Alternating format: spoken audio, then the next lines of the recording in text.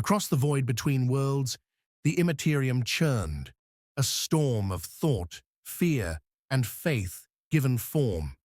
Somewhere within that howling chaos, a tear opened, not the work of demons or sorcery, but of sheer magnetic will.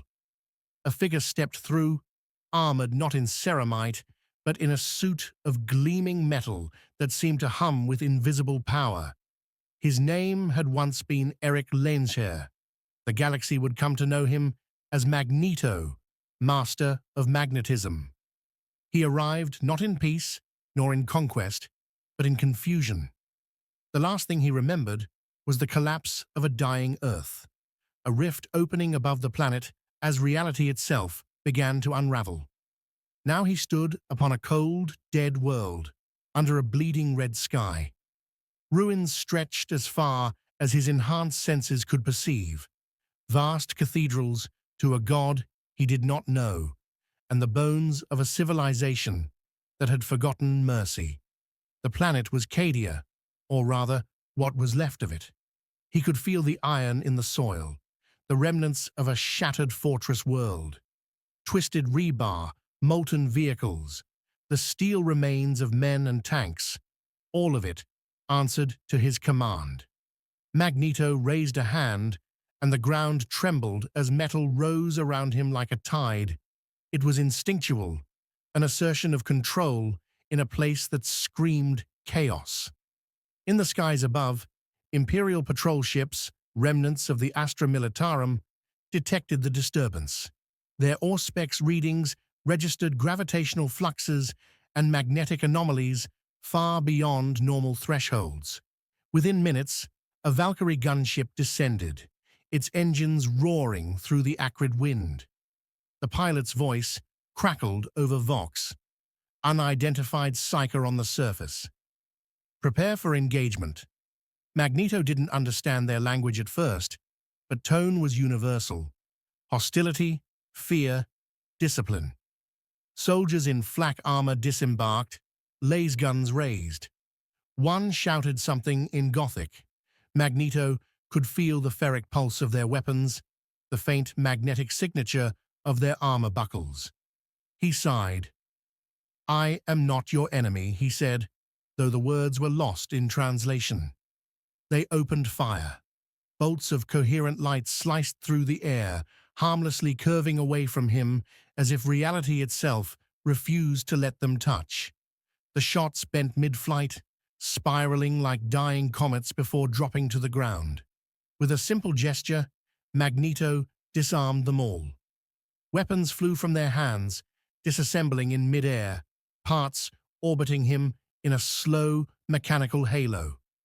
One soldier screamed. Another fell to his knees, crossing himself in fear.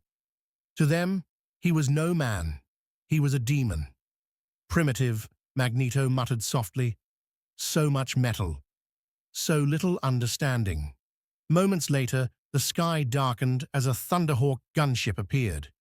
It bore the mark of the Inquisition, a crimson eye flanked by skulls. The soldiers immediately fell back, knowing better than to interfere when an Inquisitor arrived. The hatch opened, and a tall figure stepped out, clad in ornate power armor, a rosette glinting at his chest. "Identify yourself," the Inquisitor commanded through a Vox-amplified growl. "By order of the Emperor of Mankind, declare your allegiance or be purged." Magneto tilted his head, his expression unreadable behind his helmet. "Emperor of Mankind," he repeated. "How quaint." The Inquisitor's gauntlet rose, summoning a crackling psychic field. Warp energy shimmered like liquid fire, radiating raw hatred. Magneto felt it, not as magnetism, but as something darker, deeper, a force that bent reality through will alone. It reminded him, uncomfortably, of mutants, of Charles. "I have no quarrel with you," he said calmly, "but if you wish for a demonstration—" The Inquisitor attacked. Lightning burst from his hands, a psychic storm that shattered the ground. Magneto's cape flared as he caught the energy, redirecting it into a shield of swirling metallic shards. For every bolt, he answered with precision, warping the ship's hull plating into a spear, twisting armor plates into binding coils.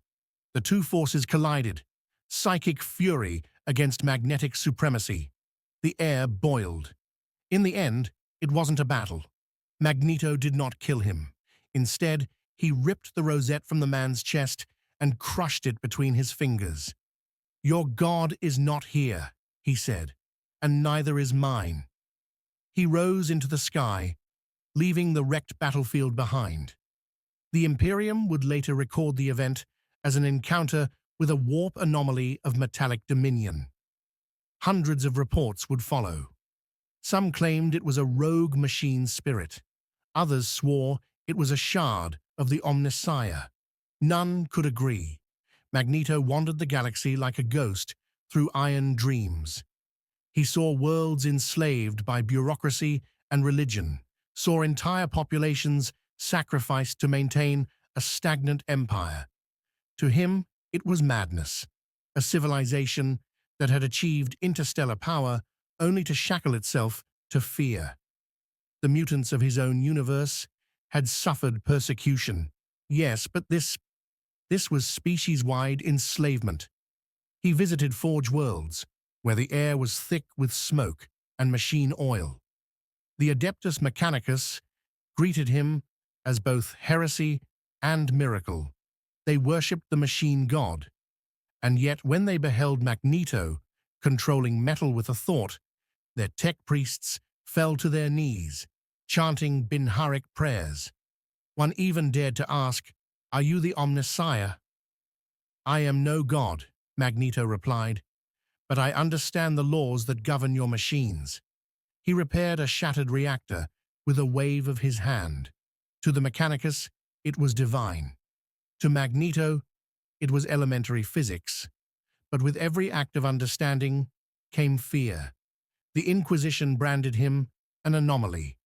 Word spread of a being who defied the warp, who commanded the physical world as though it were clay. They feared him because they could not define him, could not measure him within the framework of their faith. To them, he was unclassifiable. To Magneto, that meant he was free. Still, he could not ignore the parallels. The Imperium's tyranny was not unlike humanity's own ancient bigotry. Their emperor, a figure of myth and worship, reminded him of mutant kind's endless search for saviors. He began to wonder, if this galaxy could produce such cruelty in the name of order, perhaps it needed liberation. But liberation in this place was impossible without understanding power. And here, power meant war. It was on a moon near the Eye of Terror that Magneto first witnessed the true horror of the warp. A battle between the Imperial Guard and Chaos forces had left the surface drenched in blood. Demons clawed at the sky. The laws of nature buckled.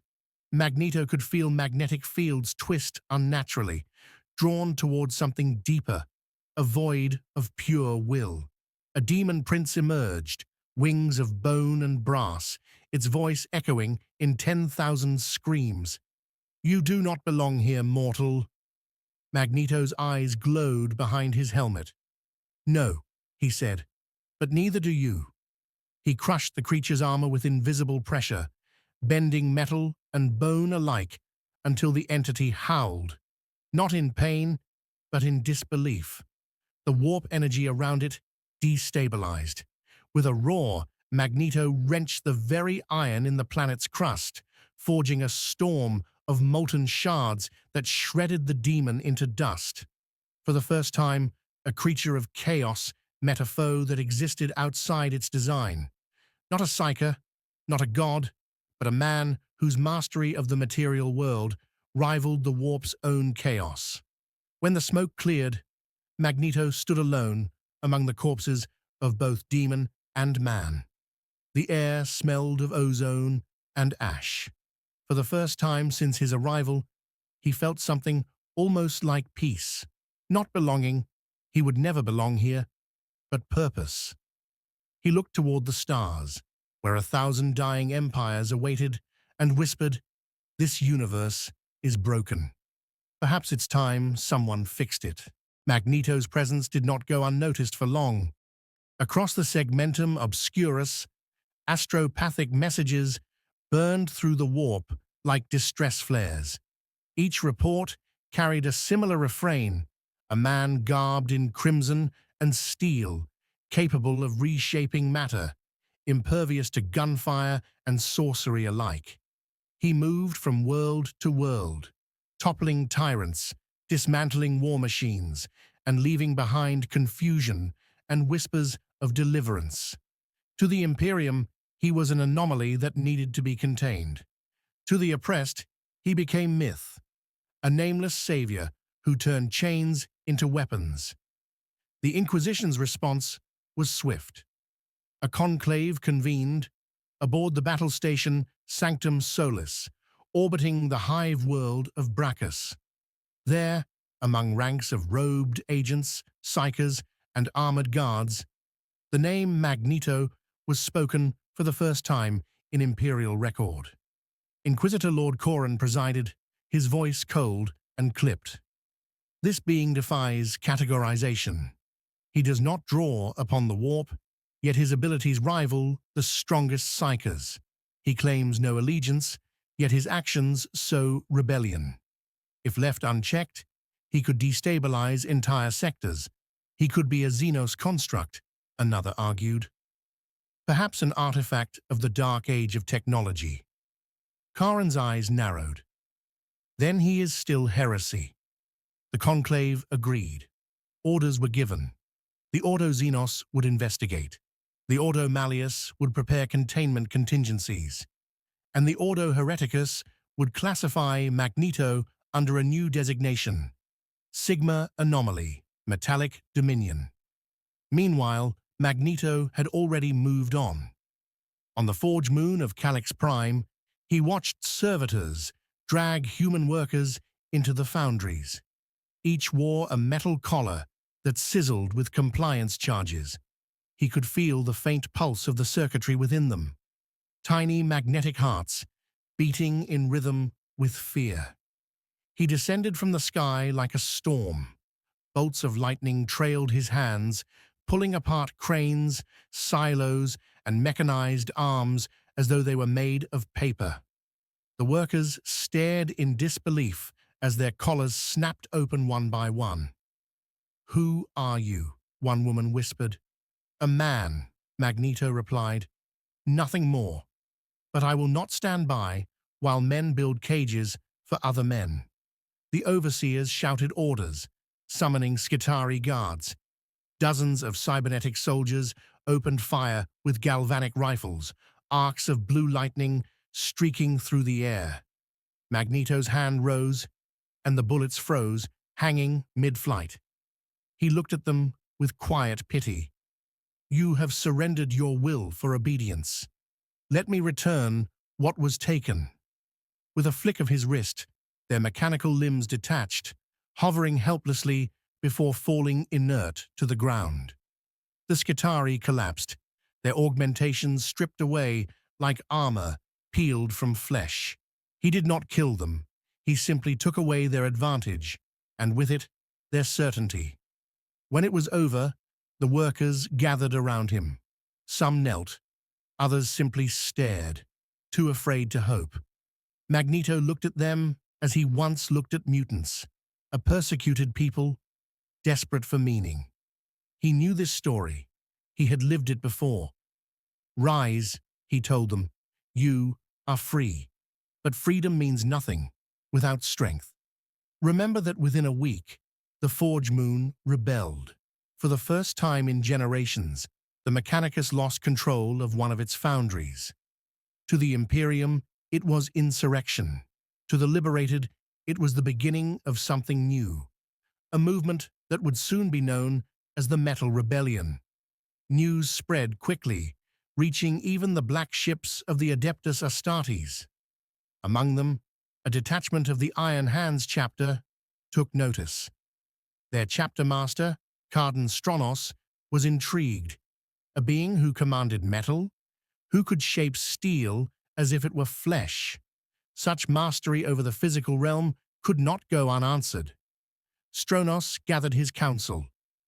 If this Magneto can command the very essence of what we are, he said, his voice cold through his vox grill, then he is either our greatest ally or our most dangerous enemy. And so, a strike force was assembled. When the Iron Hands arrived on Calyx Prime, Magneto was already waiting. He could feel their approach long before their drop pods broke atmosphere. The distinct magnetic resonance of ceramite, adamantium, and machine spirit circuitry. It was almost poetic. The first pod struck the ground in a burst of dust and light. From it emerged giants clad in black, their bodies half metal, half man. Their presence radiated discipline and cold logic. The lead warrior, his bionic eye glowing faintly red, stepped forward. "I am Captain Varos of the Iron Hands. You are accused of sedition and heresy against the Imperium of man. Submit, and you will be judged." Magneto regarded them in silence. "You worship machines, yet you do not understand them. You mutilate yourselves for perfection and call it purity. Tell me, Captain, where does the man end and the machine begin?" Varos raised his bolter. "At the Emperor's will." "Then your Emperor is a fool." The air crackled. Metal screamed as every weapon twisted out of shape, every servo and exoskeleton convulsing under impossible stress. The Iron Hands staggered, their armor locking up, limbs forced against their will.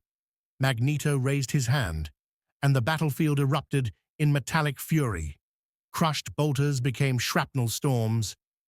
Drop pods lifted from the ground like toys. Even the chapter's gunship groaned as its hull began to implode. Varos struggled, his servo arm straining. "You mock perfection." "No," Magneto said. "I expose its lie." He let the shattered remains fall.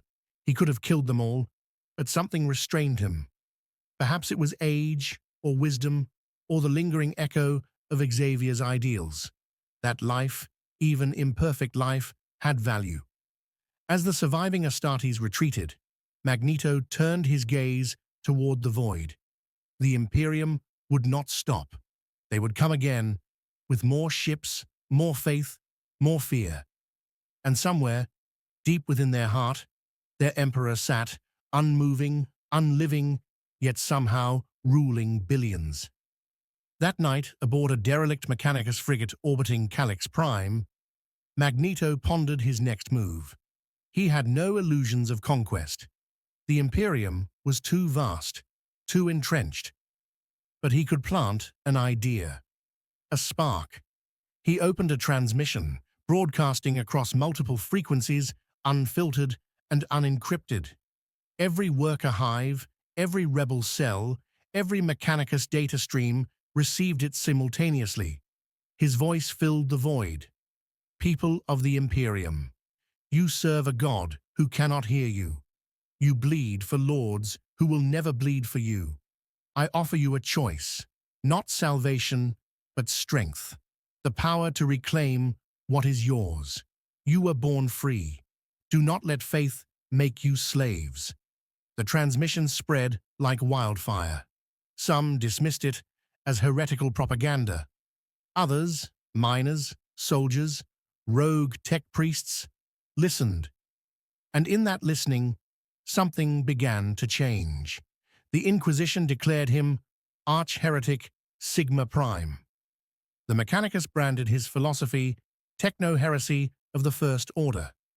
But among the countless forgotten billions, a symbol emerged, a stylized helix of metal shaped like a broken chain. For the first time in 10,000 years, the Imperium had encountered not just rebellion, but ideology. And at its center stood a man who had defied both gods and kings before, now standing against an empire that worshipped both.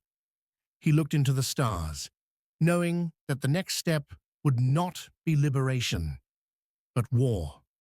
And somewhere, deep in the shadows of terror, the Inquisition began to whisper a single word: exterminatus. The decree of exterminatus was not issued lightly. It was the Imperium's final solution, the cleansing fire reserved for worlds deemed irredeemable. But to even whisper that word against a living being was unheard of. It showed how deeply Magneto had unsettled them. In the inquisitorial citadels of terror, holoscreens flickered with his image, a man floating above battlefields, dismantling tanks with gestures, breaking chains of iron with invisible hands. To the Inquisition, he was the seed of an idea far more dangerous than any daemon, the idea that mankind did not need the Emperor. Still, not all were convinced of his destruction. Among the conclave, one voice rose in dissent. Inquisitor Lyra Voss of the Ordo Xenos studied every report she could find. Fragments of Auspex data, grainy pict feeds, survivor testimonies. She saw a pattern. Magneto never struck first unless provoked. He freed slaves, rebuilt machines, and avoided needless killing. This is not chaos, she argued. This is intent, intelligence, perhaps even purpose. Her peers laughed bitterly. Purpose is irrelevant. So was Horus's. Lyra persisted. If we destroy what we don't understand, we will never evolve. But the council voted otherwise. Exterminatus-level containment approved, pending further observation. Meanwhile, Magneto had left Calyx Prime behind. He had seen enough of the Imperium's reaction to know how this galaxy operated: faith over reason, obedience over thought. He traveled alone aboard the salvaged Mechanicus frigate, which he had refashioned into a vessel of his own design. He called it Polaris. Its structure was a masterpiece. Seamless alloys fused by magnetic precision, powered not by plasma reactors, but by magnetic induction fields he engineered himself. It moved silently, elegantly, beyond Imperial understanding. From orbit, he observed the fractured worlds of mankind, planets choked by smog, cities filled with starving millions, laboring for a promise of salvation that would never come. The Imperium, he thought, was not a civilization. It was a tomb that mistook itself for a temple. Yet even Magneto knew he could not stand alone forever. If this galaxy was to be changed, he would need allies. His first encounter came in the form of an unexpected visitor. The ship's sensors detected a vessel approaching at impossible speed. Not Imperial, not Mechanicus, but something older. Sleek, curved, almost organic. Eldari, the ship's spirit, identified. Magneto stood on the observation deck as the craft shimmered into view, wraithbone glinting like pearl. It halted at a cautious distance, and a voice echoed across the void through psychic transmission. Calm, melodic, tinged with ancient curiosity. "You are far from your home, wanderer of metal." Magneto smirked. "So are you." A beam of light linked the two ships, and moments later, an Eldari Farseer appeared within Polaris. She was tall, graceful, her runes orbiting her like fragments of starlight. Her eyes carried centuries of sorrow. "I am Farseer Idris of Ulthwi," she said. "Your arrival has not gone unnoticed. You are anomalous, even by our standards." "And yet you came," Magneto replied. "That tells me curiosity outweighs fear." Idris studied him. "You command the material world as if it were thought. That is no mere sorcery. The warp does not answer you, it avoids you. You are a paradox." "I am human," Magneto said. "Nothing more." "Human?" she mused. "Then perhaps your species still holds surprises." They spoke for hours. Idris told him of the fall of her people, the birth of Slanesh, and the eternal decay that had become their curse. Magneto listened, fascinated by a civilization destroyed not by conquest, but by excess, a mirror in some ways to his own world's hubris. When she finished, he said quietly, "Your kind fell because you mistook power for purpose. The Imperium repeats the same sin, but in reverse, it mistakes obedience for survival." Idris tilted her head. "And you? What do you mistake?" Magneto smiled faintly. "Hope." For a brief moment, silence filled the bridge. Then Idris spoke again, softly. "Be careful, man of iron. Hope has slain more gods than hate ever could." Before she departed, she gave him a warning. "Your actions ripple across the skeins of fate. You stand at the intersection of destiny and ruin. Whatever you choose will change more than you know." When she was gone, Magneto stood alone again, staring into the stars. He did not believe in prophecy, but he knew power always came with consequence. Days turned into weeks. Polaris roamed the void, slipping between Imperial patrols and warp storms. Magneto learned to read the faint electromagnetic trails left by Imperial ships, using them to map sectors few dared to enter. It was in one such forgotten region, the ruined system of Pyrrha 9, that he found something extraordinary. An abandoned orbital station, ancient and overgrown with space debris. Inside, he discovered relics of a bygone age, machines that predated the Imperium itself.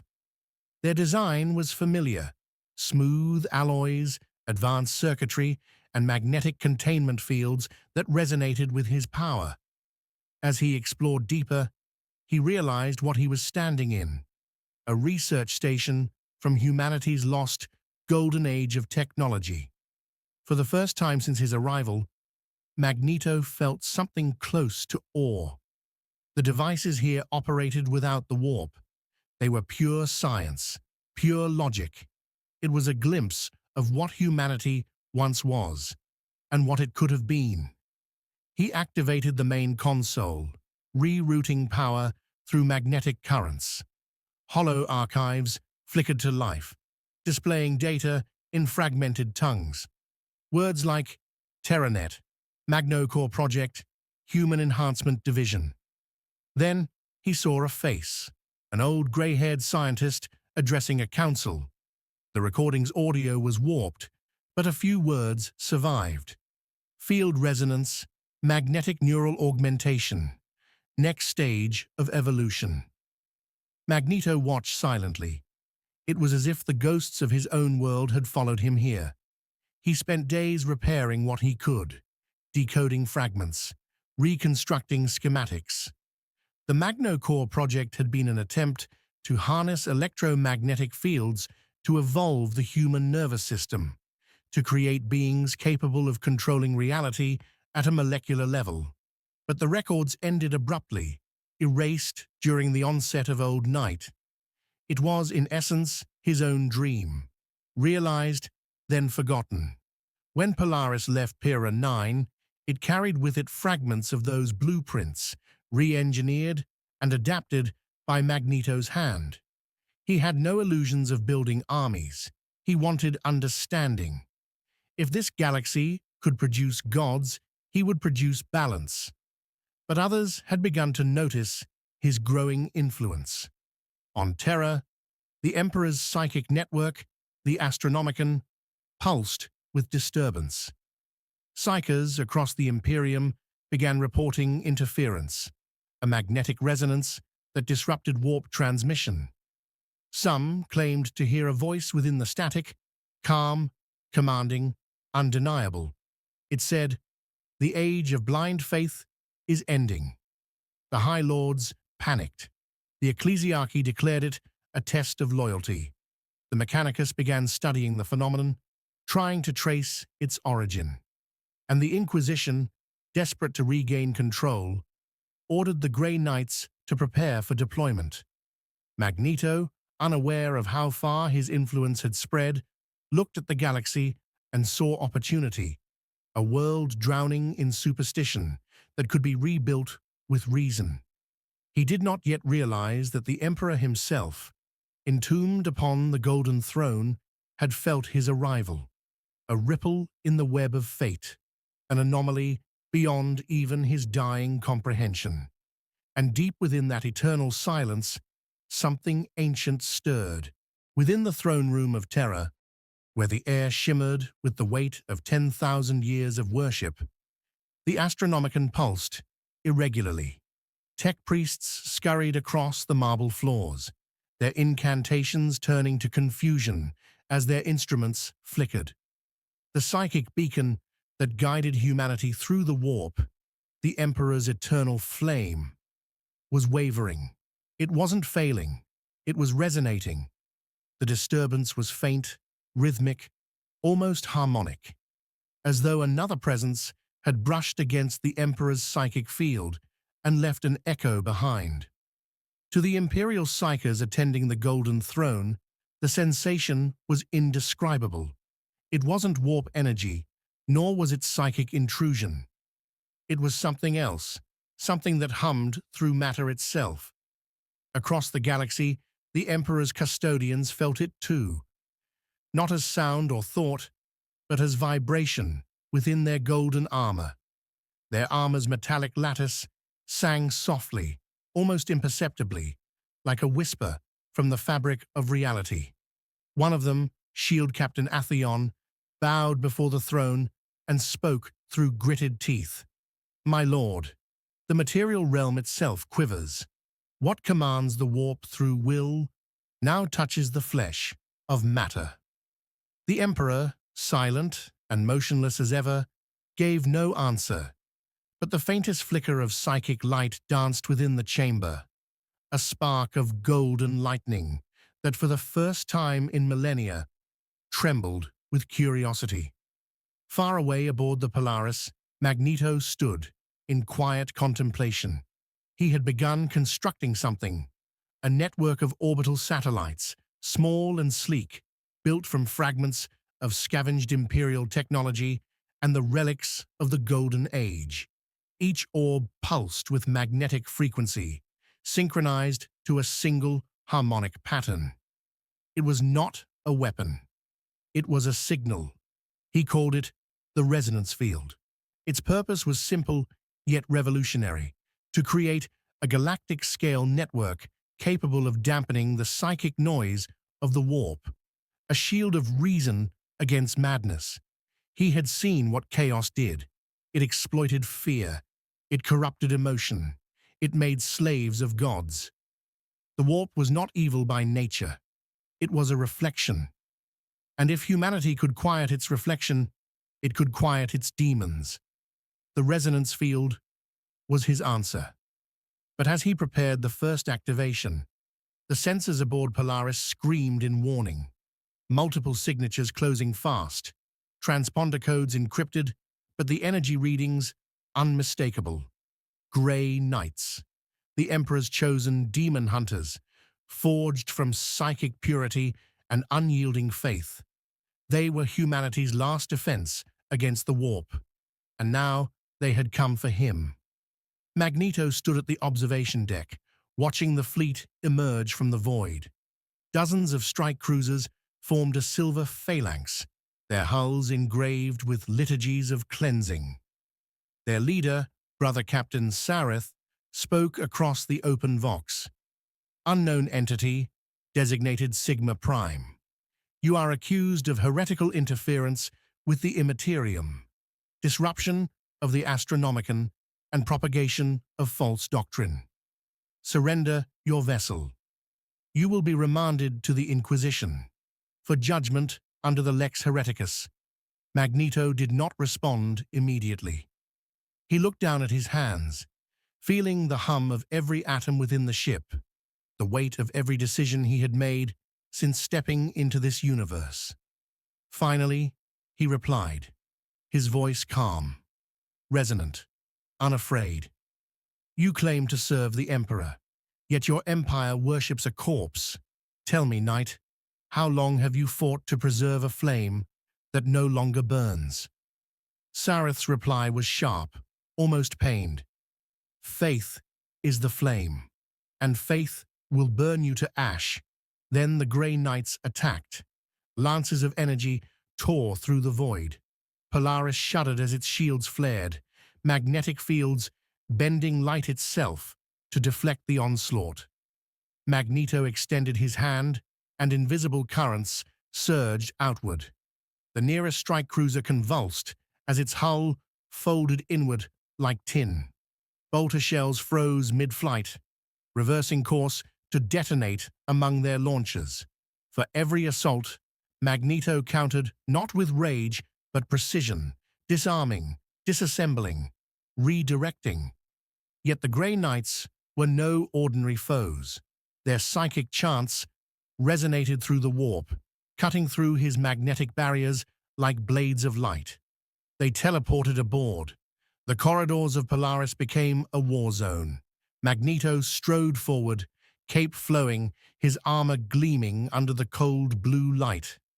Around him, the air vibrated as metal twisted into weapons of his will. The first knight appeared in a shimmer of silver. Nemesis' halberd raised. Magneto caught the blade in mid-swing, bending it around the man's arm and hurling him through the bulkhead. Another appeared behind him, chanting a banishment prayer. Psychic fire engulfed the hallway. Magneto clenched his fist. The metal floor surged upward, swallowing the knight like liquid steel before freezing solid again. Yet even as he fought, he realized something unsettling. Their power wasn't drawn from the warp alone. It was rooted in unity, in purpose. They were the living manifestation of humanity's belief, and that belief was harder to crush than steel. Sareth himself arrived last, his armor scarred, his will unbroken. "You cannot save them," he roared, his psychic aura blazing gold. "The warp is part of what they are."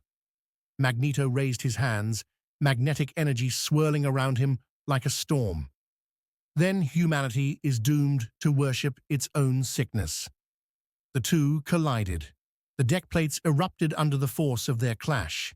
Psychic energy met electromagnetic fury, the very air vibrating with reality-shattering resonance. Polaris groaned as systems overloaded. In the end, Magneto prevailed, not by killing Sareth, but by turning his own faith against him. He manipulated the iron in the Grey Knight's blood, locking his armor mid-motion, freezing him in reverent pose. "Your conviction is admirable," Magneto said softly, "but faith without understanding is the greatest prison of all." He released him, leaving the warrior unconscious but alive. The surviving Grey Knights withdrew, their ships damaged beyond pursuit. Magneto stood amid the wreckage, exhausted but resolute. The battle had confirmed what he already knew. Reason alone would not save this galaxy. It was too steeped in fanaticism, too addicted to the comfort of belief.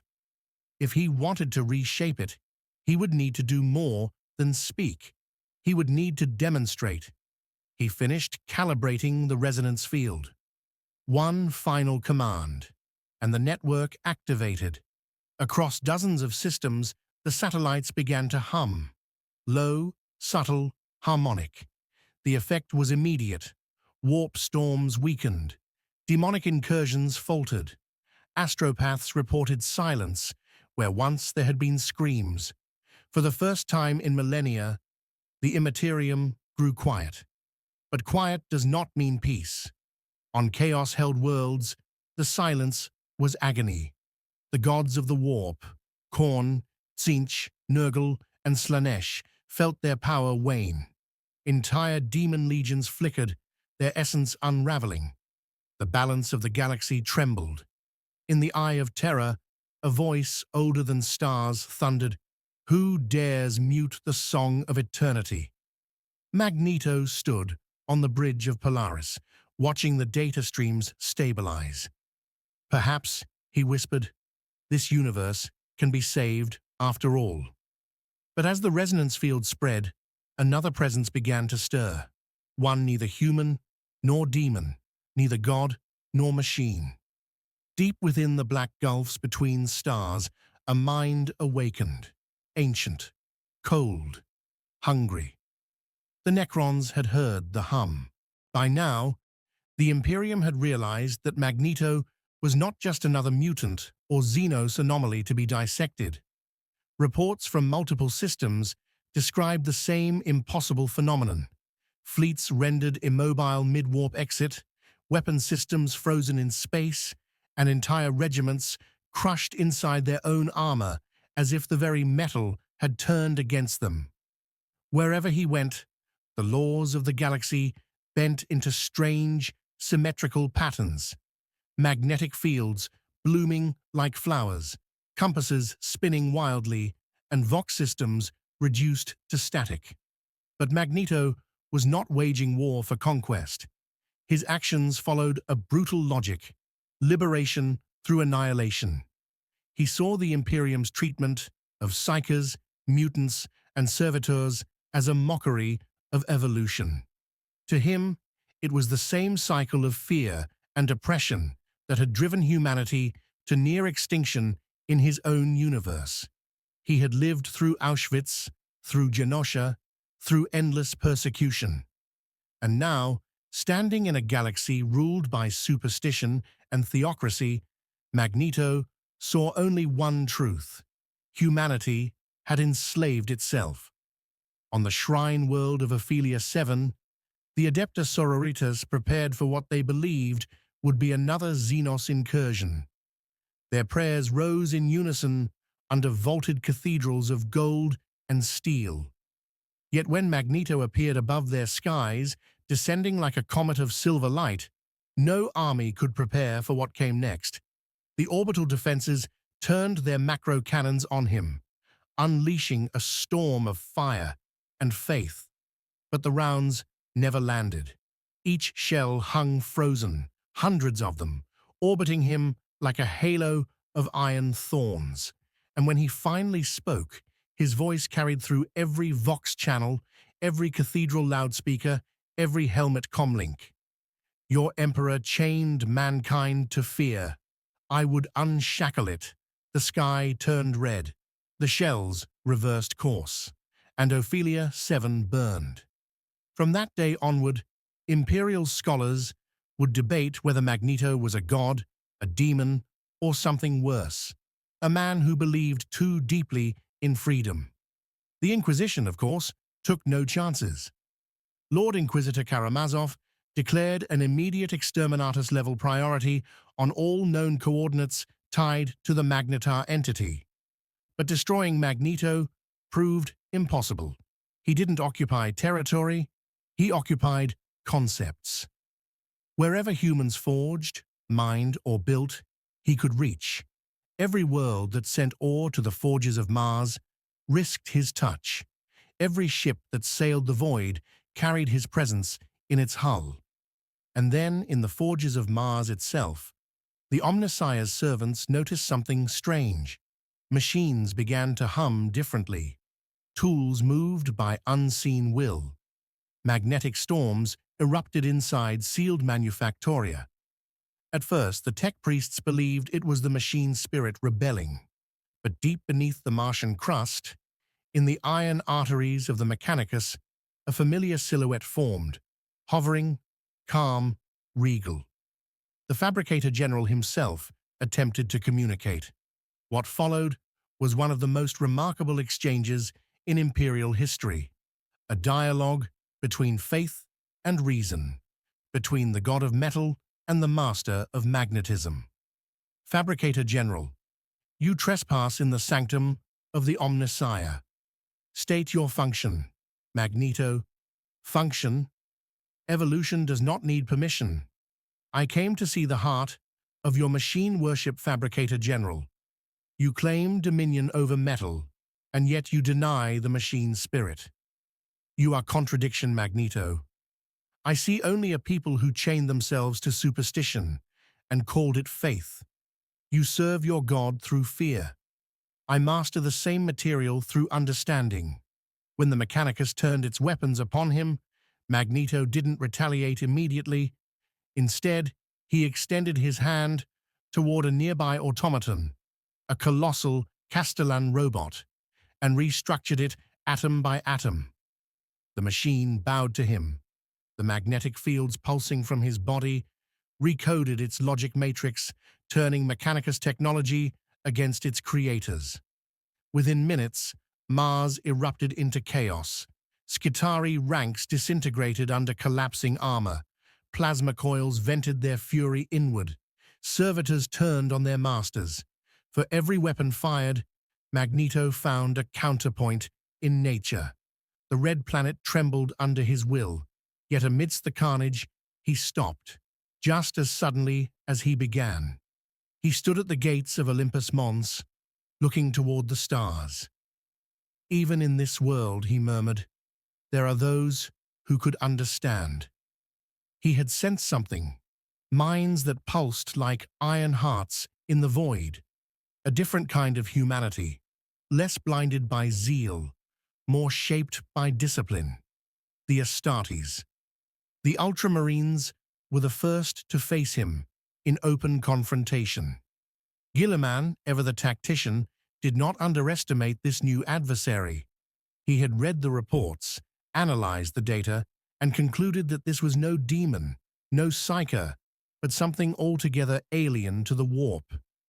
His power is physical, Guilliman reasoned, a manipulation of reality's own constants. Strategy, not faith, will prevail when they finally met on the plains of Calth's second moon. The battle that unfolded was unlike any in the annals of Imperial history. Hundreds of Ultramarines charged under the cover of grav tanks and drop pods, their bolters roaring in unison. But Magneto simply lifted a hand. The weapons bent mid-fire. Bolts hung in the air like frozen raindrops. Tanks folded like paper. Astartes in ceramite armor found themselves pinned to the ground by their own gear, struggling to move as if gravity itself had betrayed them. Guilliman advanced personally, wielding the Emperor's sword, the weapon of a demigod. Magneto regarded him not with fear, but with weary recognition. "You serve an empire that fears change," Magneto said. "I have fought that battle my entire life."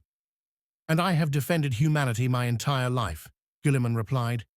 "If you threaten it, I will end you." Their clash was titanic. Guilliman's strikes tore through air charged with magnetic fury, while Magneto countered with raw field manipulation, bending space around him like molten glass. For every swing of the Emperor's sword, Magneto answered with the pulse of a living planet. It ended not in victory, but in understanding. Guilliman, pinned to his knees by magnetic pressure, looked up and saw not a monster, but a man. An old man, tired of endless cycles of oppression and ignorance. Magneto, meanwhile, saw in Guilliman the one thing the Imperium rarely produced: reason. When the pressure lifted, Guilliman did not order his men to fire. Magneto did not attack again. They stood, two relics of different worlds, bound by mutual comprehension of what humanity could be and what it had become. From that day, neither spoke of the encounter publicly. Guilliman filed the event under the Inquisition's highest secrecy clearance, knowing that neither faith nor bureaucracy could process the truth. Magneto vanished into the void once more, his motives now more mysterious than ever. But his influence did not fade. Across the Imperium, silent cults began to rise, engineers, psychers, and scholars who whispered of the Master of Fields, a being who preached liberation through knowledge and control of nature's laws. They saw in him not heresy, but hope. And on the edges of the galaxy, far beyond the light of the Astronomicon, Magneto found what he had been searching for all along: others who did not fear evolution. The Tau Empire. They welcomed him not as a god, but as an ally. a scientist, a philosopher, a warrior. To them, he was the living embodiment of their creed, the greater good through progress. And to Magneto, they represented the one thing the Imperium had long forgotten: the future. As the light of a new alliance began to rise, the galaxy itself seemed to hold its breath, because for the first time in 10,000 years, the Imperium faced not just rebellion, not just chaos, but an idea, one it could neither kill nor comprehend. And Magneto had only just begun. Magneto's arrival within the Tau Empire marked a turning point, not just for the young race, but for the political and philosophical equilibrium of the entire galaxy. The Ethereals, those serene, inscrutable leaders of the Tau, had studied him cautiously at first. They recognized his power instantly, not merely as destructive potential, but as understanding. To control metal at the atomic level, to reshape the natural forces that governed matter itself. This was mastery, beyond even the Mechanicus's sacred dogma. To the Tau, Magneto represented the ultimate synthesis of science and will. His first meeting with the Ethereal Supreme was conducted aboard the orbital station Taros Ascendant, suspended above a luminous blue world. The chamber was clean, almost surgical: white stone, transparent alloy, and quiet efficiency. When Magneto entered, every drone in the room realigned, their magnetic cores resonating in harmonic response to his presence. Ethereal Supreme Anva, you are a being of great potential. But potential without purpose serves only chaos. Tell us, Magneto, what do you seek? Magneto, what I have always sought: freedom, evolution, a future that does not kneel before false gods or blind tradition. Anva. And would you find that future within the greater good? Magneto. If your greater good includes the liberation of mind and matter alike, then perhaps for once I am not at odds with destiny. And so began the uneasy alliance between Magneto and the Tau Empire. Within months, his influence spread across their scientific enclaves. He reshaped their understanding of electromagnetism, helping them to craft starships with nearly frictionless hulls, drones capable of precise atomic manipulation, and pulse weaponry enhanced by controlled magnetic resonance. He introduced the concept of magneto-quantum containment fields, which allowed the Tau to experiment with gravitational redirection without invoking warp energy. But perhaps his greatest contribution lay in ideology. The Tau, for all their rationality, were hierarchical, bound by castes, by purpose. To Magneto, that was simply another form of chains. He began to speak, quietly at first, to the Theo engineers, to the fire warriors, to the scholars of the water caste. Your ethereals speak of unity. I speak of evolution. Do not mistake obedience for progress. It was not rebellion he sought, it was transformation. Yet the seeds he planted began to sprout into something dangerously alive. A movement took form, small cells of Tau and even some human auxiliaries who called themselves the Magnetic Path. They believed that the greater good should evolve, not remain static, that true progress came not from balance, but from acceleration. The Ethereals noticed. Anva summoned Magneto again, his voice calm but sharp, with underlying tension. Anva, you have stirred our people. Some now question their place in the castes. This was not your purpose, Magneto. It was precisely my purpose. Questioning is the first act of freedom, Anva. Without structure, there is no harmony. Magneto.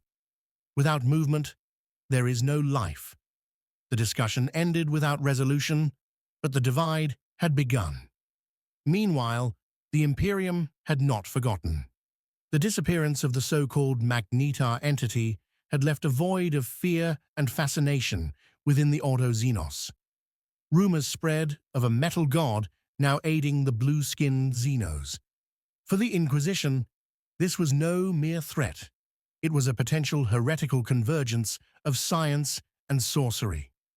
Lord Inquisitor Varen Thula, already obsessed with Magneto since the first reports on Ophelia 7, assembled a crusade under the banner of the Ordo Machinum.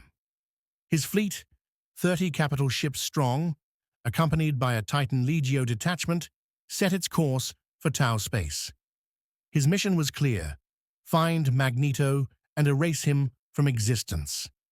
What Thule did not anticipate was that the Tau would be waiting. Magneto, forewarned by his manipulation of Imperial Auspex frequencies, understood exactly how the Imperium would attack. In the void between stars, he and the Tau fleet prepared an ambush unlike any in recorded history. As the Imperial Armada emerged from the warp, the very fabric of their ships began to betray them. Hulls bent, Vox circuits screamed, the magnetic containment around their plasma cores began to distort. Then, in the midst of the chaos, Magneto appeared, unarmored, calm, suspended in the void like a living singularity.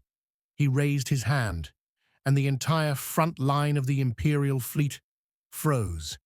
Massive starships, each weighing millions of tons, became static, drifting in perfect geometric alignment as their magnetic fields locked into an unnatural stillness. To the Tau observers, it was as though gravity itself had chosen a new master. The Imperials tried to fight back. Titans fired macro lances from orbit, ships unleashed torpedo salvos, and psionic choirs screamed prayers to the Emperor. But Magneto merely rotated his hand, and every weapon turned inward. Explosions blossomed across the void like silent flowers of fire.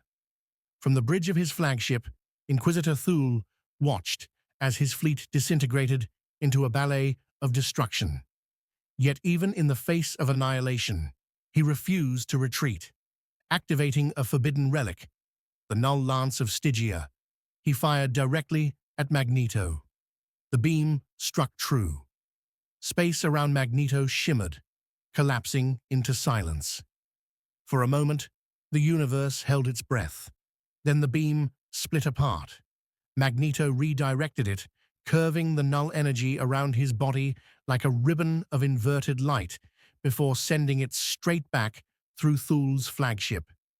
The vessel cracked in half. Thule's final words, recorded only through broken Vox logs, were a whispered prayer. When the silence cleared, Magneto turned to the Tau fleet and spoke through their communications network. Let this be the beginning, not the end. The Imperium fights for gods, long dead. We fight for what can still be born. The victory sent shockwaves across the galaxy.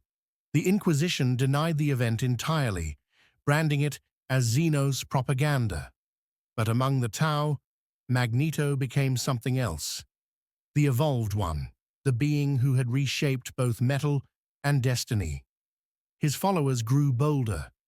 Some within the Theo caste began constructing starships inspired by his magnetic control, vessels that moved not through engines, but through field harmonics.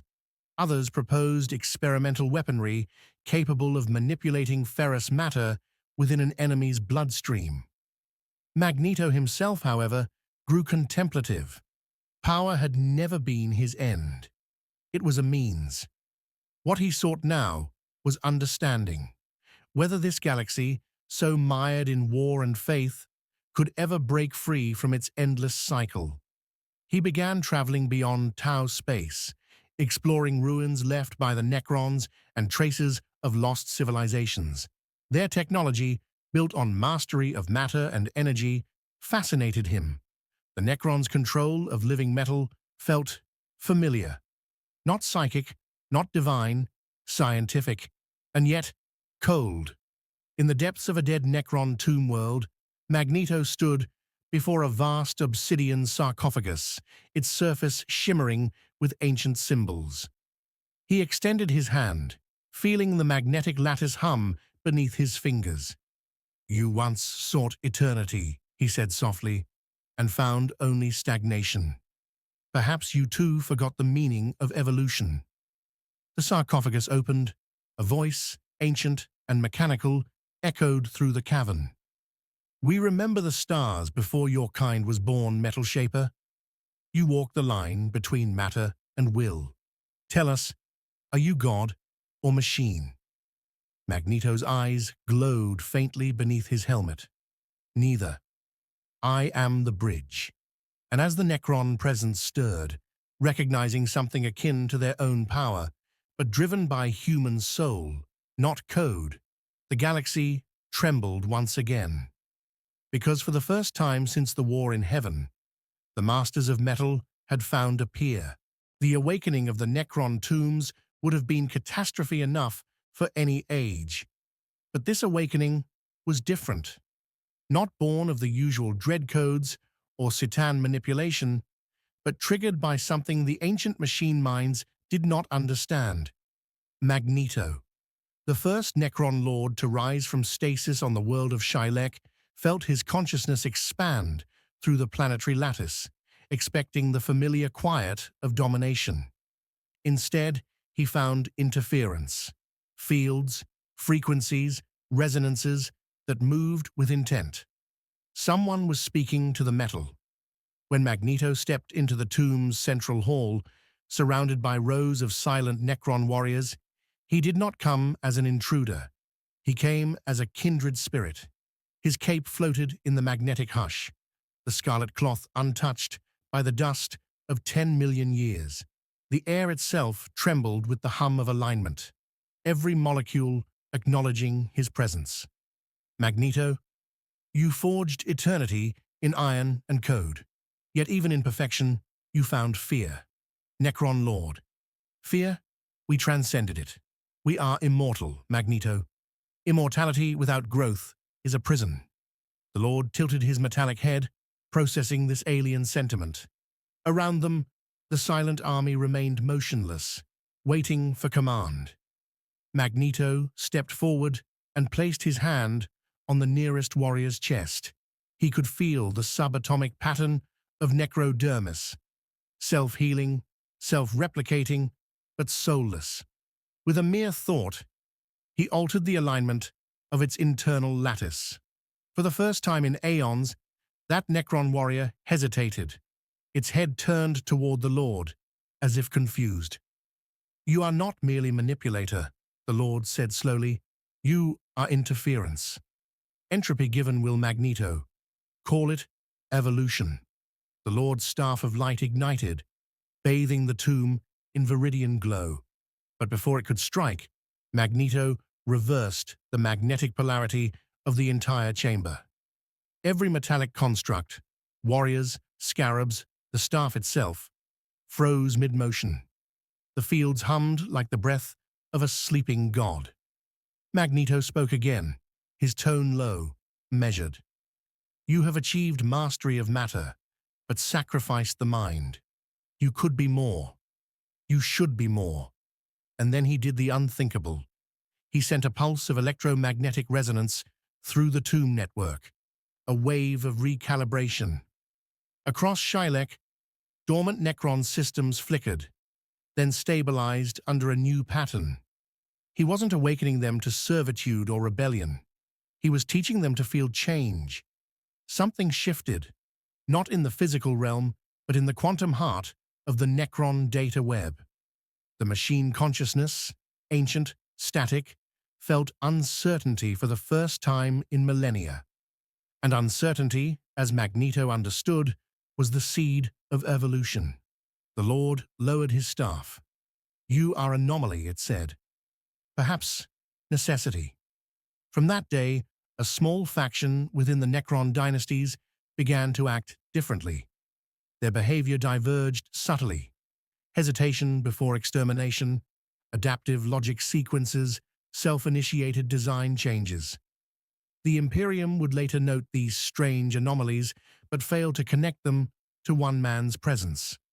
Meanwhile, word of Magneto's awakening reached even darker ears. In the Immaterium, ripples of psychic dissonance spread like storm currents. The warp, a place of emotion, chaos, and faith, reacted violently to a being who reshaped reality without touching it. To the demons, he was blasphemy incarnate, a mortal who defied their realm through sheer intellect. The first to take interest was Tzinch, the architect of fate. He watched through 10,000 eyes of shifting color as Magneto bent galaxies of metal to his will, rewriting destiny through rational precision. Tzinch whispered through the warp, his voice slithering into the dreams of psychers and seers alike, a mortal mind that commands the fundamental forces.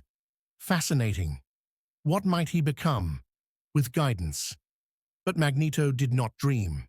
His mind was shielded by magnetic coherence, strong enough to repel psychic intrusion. Tzinch could observe, but not manipulate. Frustrated, the changer of ways set his servants in motion. The 1,000 suns were dispatched. On the crystalline world of Piranthos, they found him, standing amid a floating storm of shattered metallic shards, reconstructing a fallen Tau cruiser with graceful, almost artistic precision. Ahriman himself approached, his armor shimmering with arcane fire. Ahriman, you shape the material world as we shape the warp. We are kin, you and I, Magneto. You corrupt power with mysticism. I refine it through will, Ahriman. And yet, you two are bound by the same equation, the eternal struggle to ascend. Magneto. No, I seek not ascension. I seek equilibrium. Ahriman smiled behind his helm. Equilibrium is the illusion that comes before enlightenment. The sorcerer raised his staff, and the ground split open, revealing a torrent of raw warp energy. Magneto extended his hands. Reality resisted. The air ionized. The magnetic lines of force became visible, twisting around him in luminous ribbons. Warp met field. Chaos met order. The clash tore the sky apart. Bolts of psychic flame were curved, absorbed, and redirected. Magneto hurled the very planet's metallic core upward, creating a storm of molten shards that spun around him like a living shield. Ahriman countered, with runes of binding, each one seeking to disassemble the molecular structure of his foe. But Magneto had fought gods before. He remembered Phoenix. He remembered Apocalypse. The warp was merely another kind of lie. He focused every ounce of his will, generating a counter-frequency, not of energy, but of intent. The air became silent. The demonic storm flickered, folded, and then collapsed. Ahriman stumbled backward, stunned. Impossible, he whispered. You reject the warp itself. Magneto, I reject chaos. With a gesture, Magneto disassembled Ahriman's staff into a cloud of glittering atoms and let them fall harmlessly to the ground. The sorcerer teleported away in a blaze of blue fire, retreating into the shadows of the Immaterium. Muttering a phrase even he didn't fully comprehend, the godless god. That title spread. Across demonkind, through whispers and nightmares, they spoke of him, a being untouched by the warp, beyond the reach of both faith and damnation. Some claimed he was the true Omnissiah. Others said he was the Emperor reborn, in rational form. To the Imperium, that was heresy beyond measure. A new crusade began, not of conquest, but of eradication. The Ecclesiarchy, Mechanicus, and Inquisition joined forces to purge all cults and sects that mentioned Magneto's name. Entire hive cities were burned for harboring his followers. But the idea had already taken root. In hidden chambers, human scholars spoke of magnetism as the pure order of the universe. Tau engineers recited his principles as philosophy.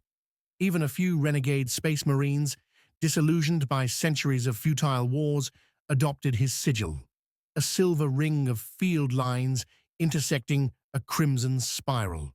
Magneto himself cared little for worship. From the ruins of Paranthos, he watched the galaxies move, tracing the patterns of electromagnetism across stellar distances. He began to see something, a symmetry to it all. The Imperium, the Warp, the Necrons, even Chaos, all were expressions of imbalance. He wondered if by altering the magnetic architecture of the galaxy itself, he could restore equilibrium. He began to build, a construct of impossible scale, hidden within the veil of a dark nebula. Thousands of kilometers across, powered by stellar cores, capable of rewriting gravitational and magnetic constants within entire sectors. He called it the Axis. To the Tau, it was a research station. To the Imperium, a heretical weapon. But to Magneto, it was something deeper, a potential reset switch for a galaxy trapped in its own madness. And as he stood at its center, surrounded by the hum of perfect balance, he whispered a thought that carried across both matter and mind. Perhaps order must come not from gods, but from understanding. What he didn't know was that his work on the Axis had drawn attention not from mortals nor demons, but from the most dangerous entity of all, the one watching from a golden throne on Terra, whose ancient eyes had begun, ever so slightly, to open. The Warp trembled, not with fear, that was too mortal, but with a sound it had never made before. A sound like mockery aimed at itself. Every demon, every cursed echo, every nightmare that had ever been born from pain suddenly stopped. The never-ending howling of tortured souls froze into silence, as if the universe itself had drawn in a breath it wasn't supposed to take. And then it laughed. It was not a laugh of joy. It was not even madness. It was something else entirely. A reminder that meaning itself was a joke. Slanesh heard it first, the prince of excess, arch-tempter of mortals. They tilted their perfect head, lips curling in both horror and delight. "Such music," they whispered. "How exquisite the dissonance." Tzeentch's crystal palaces flickered. Millions of futures collapsed into nonsense. The architect of fate screamed through 1,000 beaks, "This is not possible." But the laughter didn't care. It bent causality into a balloon animal and popped it with a wink. Khorne's brass citadel shook. The rivers of blood boiled into crimson steam as the blood god roared, "Who dares mock war itself?" And the laughter, bright and ridiculous, only laughed harder. Even Nurgle paused, spores hanging in the air like guilty secrets. The Plague Father chuckled softly. "Oh, I rather like this one. Such beautiful rot in the soul of order." And for the first time since the beginning of chaos, all four gods agreed on one thing only. The sound they heard wasn't from within the warp. It was from outside it, from a place no god or mortal could reach. A place where punchlines went to die, and yet somehow lived forever. And in that impossible moment, the laughter turned into a whisper that rippled across all creation. "Knock, knock."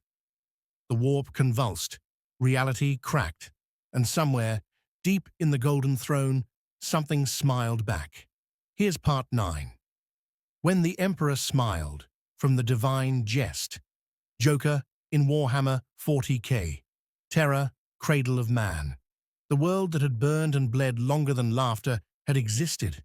Here, even joy was forbidden. And yet, beneath the hollow drone of the golden throne, a sound was spreading, not the shriek of tortured psychers, not the hymn of the ecclesiarchy, but something far stranger. A giggle. It started as a whisper among the maintenance serfs, those who lived and died in the throne's shadow. They thought it was the wind, until it began to rhyme. Why so grim, humanity?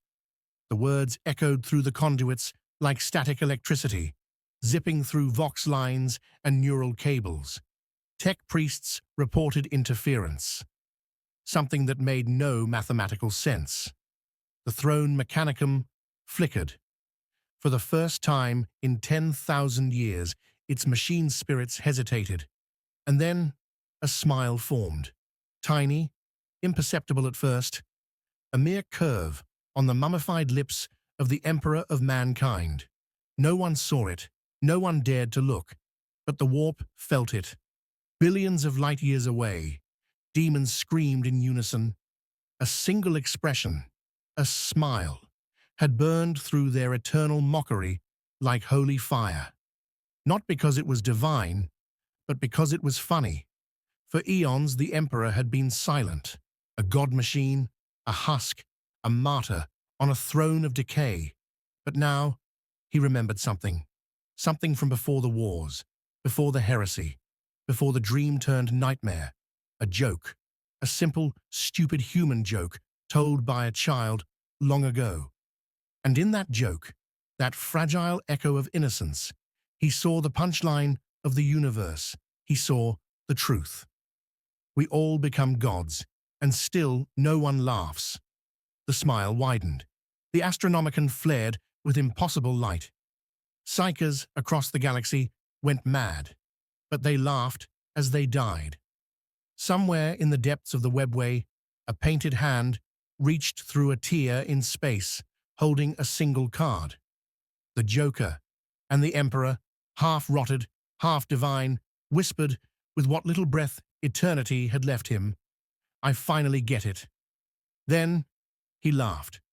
A sound older than sin, louder than war, and brighter than hope. Across the galaxy, silence reigned for the briefest heartbeat in eternity. Then came the echo. It rippled through the warp like a dropped stone in an infinite sea. That same impossible voice, vast and unmistakable. Who's there? The question wasn't heard with ears.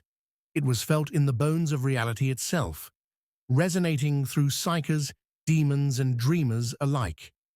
Every mind, mortal or otherwise, paused, as if waiting for the punchline. The warp shuddered. The Materium trembled. The stars flickered like candles in the breath of some cosmic prankster. Then the answer came. "It's me." The voice was everywhere. Inside the Emperor's skull, in the laughter of the dead, in the secret gears of the Golden Throne. The sound wasn't mocking, nor cruel, just delighted. The laughter of something that had finally connected every absurdity of existence into a single, perfect joke. In the chamber of the Golden Throne, the custodians knelt in confusion. Their gene-forged hearts hammered as the light around them bent. The Emperor's withered fingers twitched ever so slightly. From between the folds of his ancient armor, a single card fell to the floor. The Joker. No one dared touch it, yet everyone saw it. The smiling face, the green hair, the purple suit, painted across reality itself, bleeding through perception like ink on parchment. And beneath that painted grin was written one line, one joke that only a god could understand. Why so serious? The Astronomicon pulsed. Ships across the Imperium lost navigation for 13 seconds, and in those seconds, every soul aboard dreamed of laughter, of absurdity, of release. Psychers reported visions of a man in purple sitting on the Emperor's lap, whispering to him as if to an old friend. Some claimed the warp laughed back. Meanwhile, in the Imperium, the Chaos Gods gathered for the first time in aeons. Khorne's fury flickered, confused. Tzeentch's scheming faltered, uncertain. Nurgle paused mid-chuckle, listening. And Slaanesh simply smiled. "He's done it," Slaanesh purred. "He's made the punchline real." The Joker, or whatever he had become, floated through the warp, now painted in every color and none His laughter bent time, erased causality, rewrote irony itself. Korn roared, "You bring mockery into my realm?" The Joker tilted his head. "No, big guy. I bring fun reality split." Korn's throne turned into a circus tent. His rivers of blood transformed into streams of glittering confetti. For the first time since creation, the blood god blinked, utterly lost for words. "See?" the Joker grinned. "Everybody bleeds red. You just needed better lighting." Even Tzeentch, architect of all plans, could not comprehend the madness before him. His beaked visage twitched, trying to predict the outcome, but every future now ended with laughter. "You've done something impossible," whispered Tzeentch. "You've made chaos itself unpredictable." "Oh, come on, Birdbrain," said the Joker. "You call it chaos, but you've been playing by rules this whole time. I just broke the fourth wall." He winked. The warp rippled like a curtain pulled back, and beyond it, the multiverse stared. Countless realities, countless timelines, all watching this impossible intersection. From the dark corners of Gotham to the shining spires of terror, from the laughter of jesters to the prayers of zealots, the same idea echoed across creation. Maybe the joke was never on us. Maybe the joke was us. On Terra, the Emperor's laughter began to fade, replaced by something eerily peaceful. The throne's engines stabilized. The light of the Astronomicon returned, steadier than ever. The custodians felt a new warmth radiating from their god, a feeling long forgotten. Mercy, perhaps, or amusement. The Emperor's voice, ancient and gentle, echoed through the Imperium. Let them laugh, for once. And across a million worlds, humanity felt lighter. Hive cities sang. Priests smiled without knowing why. Even space marines, bred for war and obedience, felt a flicker of warmth in their souls, as if their father had finally forgiven them. But deep beneath the throne, where the webway tunnels whispered, a shadow moved. It wasn't demonic, it wasn't human, it was something between a reflection and a memory. A purple-coated silhouette, walking through the lightless tunnels, humming a tune from another universe. He carried no weapon, no crown, no army, only a single playing card that never seemed to stop smiling. The Joker had become something else. Not a man, not a god, but an idea. A reminder that even in a universe drowning in grim darkness, meaning could be found in madness. He turned back once, looking toward the golden horizon of terror. "See you around, bats," he whispered, "or whatever passes for you here." He flicked the card into the air. It spun endlessly, through time, through fate, through the eternal murk of the warp, until it came to rest on a battlefield somewhere far away. A guardsman picked it up, confused. On one side, the Joker's face. On the other, the Imperial Aquila, smiling. He laughed without knowing why. The laughter spread again, from trench to trench, ship to ship, star to star. The sound of something that no tyrant, no demon, no god could ever erase. The laughter of the universe, remembering it, was absurd. And far above it all, in the impossible silence of eternity, two voices shared the same joke for the last time. Joker. Knock, knock.